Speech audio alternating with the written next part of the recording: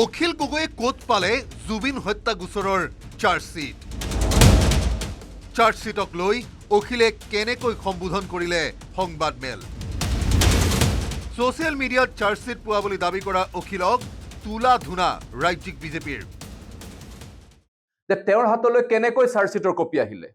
আদালতৰ পৰা কোনো তৃতীয় পক্ষই চাৰ্টিফাইড কপিও এতিয়ালৈকে লাভ কৰা নাই এই গোচৰৰ অভিযোগনামাৰ গতিকে অখিল গগৈ ডাঙৰীয়াৰ হাতলৈ চাৰ্জশ্বিট কপিটো কেনেকৈ আহিলে নিশ্চয় এই সাতোজন অভিযুক্তৰ কোনোবা এজনে তেওঁক দিব লাগিব অথবা এই অভিযুক্তসকলৰ যিসকল পৰিয়ালৰ লোক আছে কালি আদালতত যিসকল উপস্থিত আছিলে যিসকলে পেন ড্ৰাইভৰ যোগেদি অভিযোগনামা সমূহ পালে তেওঁলোকে দিব লাগিব ইয়াৰ দ্বাৰা এটা কথা স্পষ্ট প্ৰমাণ যে অখিল গগৈয়ে জুবিন আমাৰ হিয়াৰ আমঠু জুবিন গাৰ্গ ডাঙৰীয়াৰ হত্যাকাৰী অভিযুক্তসকলৰ লগত অথবা তেওঁলোকৰ পৰিয়ালৰ লগত গোপনভাৱে সম্পৰ্ক ৰাখিছে আৰু মিত্ৰিয়ালি কৰিছে অখিল গগৈৰ বিতৰ্ক চলি থকাৰ সময়তে ক্ষিপ্ৰগতিত আগবাঢ়িছে জুবিন হত্যা গোচৰৰ বিচাৰ প্ৰক্ৰিয়া চাৰ্জশ্বিটত হত্যাৰ গোচৰৰ ধাৰা থকাৰ বাবেই সত্ৰ ন্যায়াধীশৰ আদালতলৈ মুখ্য ন্যায়িক দণ্ডাধীশৰ আদালতে স্থানান্তৰ কৰিলে জুবিন হত্যা গোচৰৰ বিচাৰ প্ৰক্ৰিয়া তাৰে ফলশ্ৰুতিত 22 ডিচেম্বৰৰ শুনানি হ'ব সত্ৰ ন্যায়াধীশৰ আদালতত পূৰ্বৰ দৰে সেইদিনাও ভিডিঅ' কনফাৰেন্সিং যোগে ন্যায়াধীশৰ মুখামুখি হোৱাৰ সম্ভাৱনা আছে 7 অভিযুক্ত অৱশ্যে সত্ৰ ন্যায়ালয়ৰ আদালতে চাৰ্জ ফ্ৰেম কৰা মাত্ৰকে সোঁ শৰীৰে উপস্থিত থাকিব লাগিব শ্যাম কানু আৰু সিদ্ধাৰ্থ বাহিনী ইতিমধ্যে 7 অভিযুক্তৰ বাবে আদালতে নিয়োগ কৰা অধিবক্তা ধ্ৰুৱজ্যোতি দাসে পৰীক্ষা কৰিছে চাৰ্জশ্বিটৰ প্ৰতিটো পৃষ্ঠা এতিয়ালৈকে শ্যাম কানু মহন্ত সিদ্ধাৰ্থ শৰ্মা শেখৰজ্যোতি গোস্বামী অমৃতপ্ৰভা মহন্ত সন্দীপন গাৰ্গ পৰেশ বৈশ্য আৰু নন্দেশ্বৰ বৰাৰ হাতত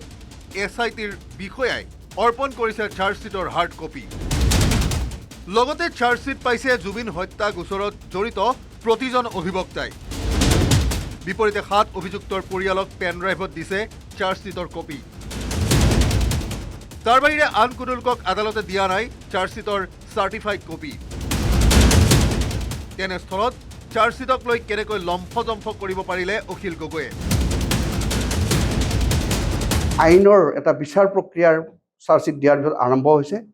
তেওঁ সেই বিচাৰ প্ৰক্ৰিয়াটোত হাৰি যোৱাটো বিচাৰে আৰু তেওঁৰ বক্তব্যৰ পৰা এইটোৱে বুজা যায় আৰু এইটো হৈছে যে আমি ক'ব খুজিছোঁ যে তেওঁ এজন বিধায়ক হিচাপে আইন প্ৰণেতা হিচাপে এই যে জুবিন গাৰ্গৰ চাৰ্জশ্বিট দিলে 22 চাৰ্জশ্বিট দিলে তেওঁলোকক কপি দিলে যোৱাকালি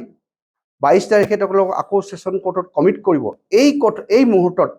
মোটামুটিভাৱে চাৰ্জশ্বিট দিয়াৰ পিছত এই কেছটোৰ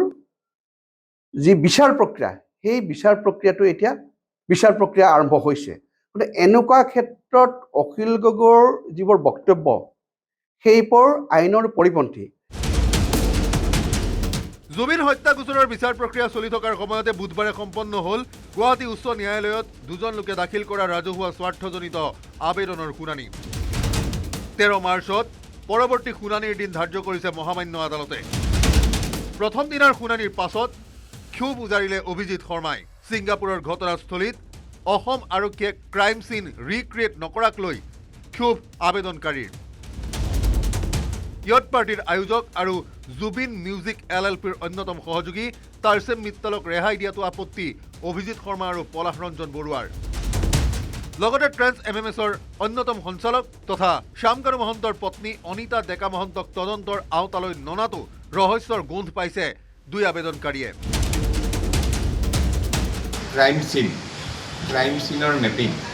বা ক্ৰাইম চিন ৰিক্ৰিয়েশ্যন যিটো কয় যে ক্ৰাইম চিনত গৈ তাতে গোটেই বস্তুটো চাব লাগে আৰু সেইটো কৰিব লাগে অপৰাধীখিনিক লৈ গৈছে যিটো কাম অসম আৰক্ষী SITয়ে নকৰিলে সিদ্ধাৰ্থ শৰ্মাক এৰেষ্ট কৰিলে তাৰছেন মিত্তালক কিন্তু ৰেহাই দিয়া হ'ল প্ৰশ্নবোধক থাকি যাব সপোন LLP এইটো হ'ল 27 ডিচেম্বৰ 2021 দুইটা অনুষ্ঠান একেলগে ওচৰা ওচৰকে এটা মাহত আৰম্ভ কৰিছে